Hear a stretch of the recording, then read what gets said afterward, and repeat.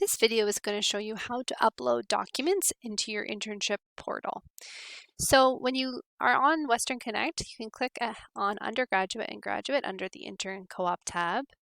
And you'll see there are these sub-tabs that are related to your internship portal access. Of course, we've covered the jobs portal in a different video. So today we're going to head over to the Internship Co-op Documents tab. On this dashboard, you'll see that there are different categories for the type of documents that you can upload.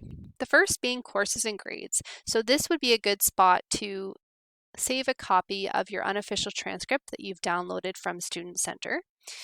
You could also have your cover letter and resume that you had reviewed through the Western Employment Research Center for your Step 4.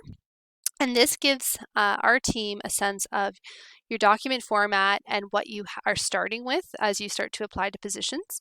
Of course, you are going to be encouraged to tailor each of your documents as you apply to employers, but again, we are hoping you could save them in your file as a reference for us.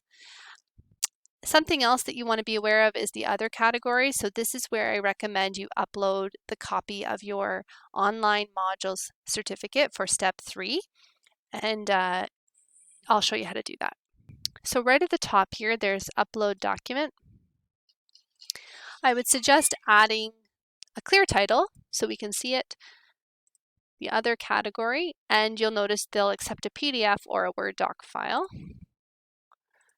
You can grab your certificate, and once this button turns blue, you can go ahead and upload that.